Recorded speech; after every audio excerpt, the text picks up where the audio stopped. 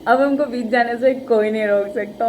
बीच मेरा जो मुंबई जाने के लिए सबसे बड़ा रुकावट हो रहा था कि एक तो हम पहली बार सोलो ट्रैवल करेंगे और उसके बाद वहाँ हम श्योर नहीं थे कि कहाँ रहेंगे और एग्जैक्टली हम मुंबई ज़्यादा जानते भी नहीं है, तो हम ये भी श्योर नहीं थे कि एक दिन रहेंगे या एक दिन में ख़त्म करके वापस पुणे आना है। पर वो प्रॉब्लम ही सॉल्व हो गया। मेरा खुद का कज़न आज कंग्रेचुलेट करने के लिए कॉल किया 70K के लिए, एंड वो जू के बगल में रह रहा है। I don't know.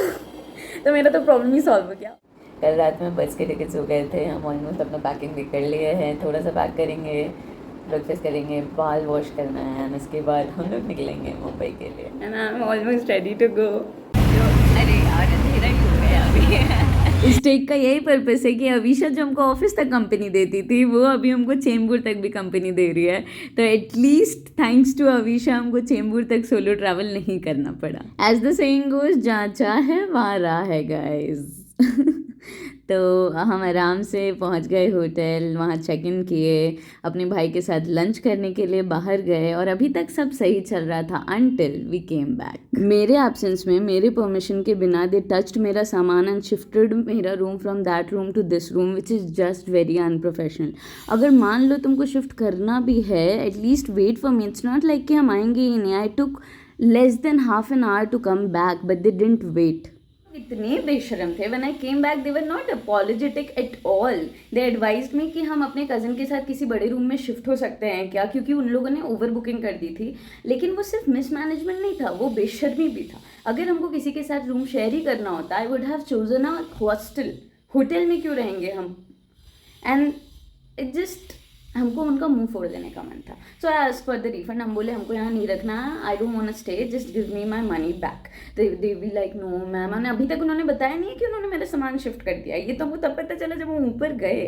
So they be like हम आपको बेटर रूम देंगे मैम, ऐसा नहीं होगा, sorry please understand. After all that drama I came back to my room and honestly ये सब चीज़ हमको बिल्कुल अफेक्ट नहीं किया, क्योंकि घर से निकलने से पहले आई न्यू कि going out there solo is not easy without your parents का छतरी। So I was mentally prepared for the worst thing that might happen. तो हमको फ़र्क ही नहीं पड़ा। एंड ऑनेस्टली देखो, मेरे पास ऑप्शन था कि हम बहुत सोफिस्टिकेटेड होटल ले ले, because that's what my mom advised. पर हमको लगा कि नहीं यार, क्यों, just because I am a girl and travelling solo, हमको why can't I just choose things like my brother did. और वैसे भी it's not like I was testing the गहराई दोनों पैरों से, बैकअप के लिए भाई था मेरा वहाँ। But yes, just to clarify, अगर मेरा भाई वहाँ नहीं होता तब फिर आई वुड हैव चोजन अच्छा sophisticated double verified hotel for my safety, because I am a girl guys. It's not even funny to be honest. अभी हम थोड़ा रेस्ट करेंगे एंड फिर हम लोग मिलने जाएंगे ऋतुजा को वर्सोवा वर्सोवा बीच में। So now I'm going to meet my friend Rutuja again this year for the second time at Versova Beach. Let's go. Uncle बताए कि ये वुमेन के लिए सबसे बड़ा लोखंड वाला मार्केट है, जिसके थोड़े देर बाद हम लोग फाइनली बीच में आ जाते हैं आफ्टर 3 years। वर्सोवा बीच थोड़ा सा डिसअपॉइंटिंग था because it was smelly and बहुत ही गंदा, क्लाइमेट एक्टिविस्ट जैसा फील हो रहा था। पर ऋतुजा के आने के बाद ऑब्वियसली माहौल बदल गया, हमारा फोकस बस हमारी स्टोरीज में रह गया, सो इतना फ़र्क नहीं पड़ा।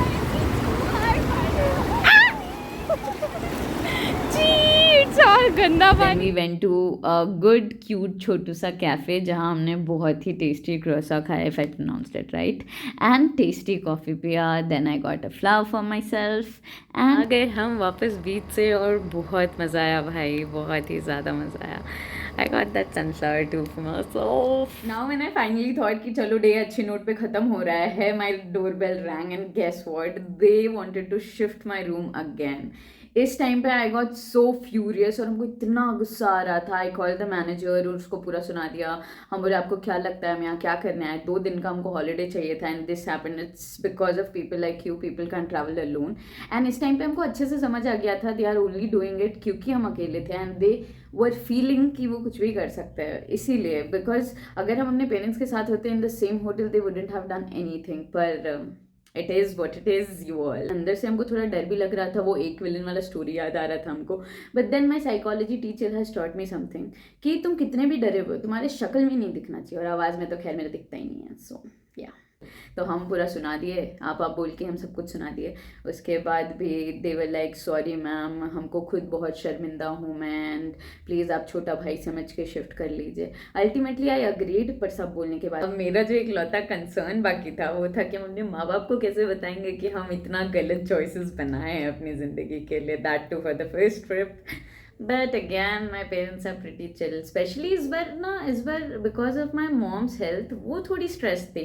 इस बार मेरे डैड बहुत चिल थे, मतलब वैसे भी दोनों ही चिल रहते हैं, but he was like super relaxed. जो स्ट्रेस में था थोड़ा बहुत which was my mom, but मेरे पेरेंट्स को यूजुअली आदत नहीं है, दे नो स्टफ, एंड उनको मतलब उनसे ही हम सीखे कि ultimately you have to face everything and खुद ही तुमको हैंडल करना है। So they just let me with little caution, but they just let me be the way I am or the things I want to try, just they let me be.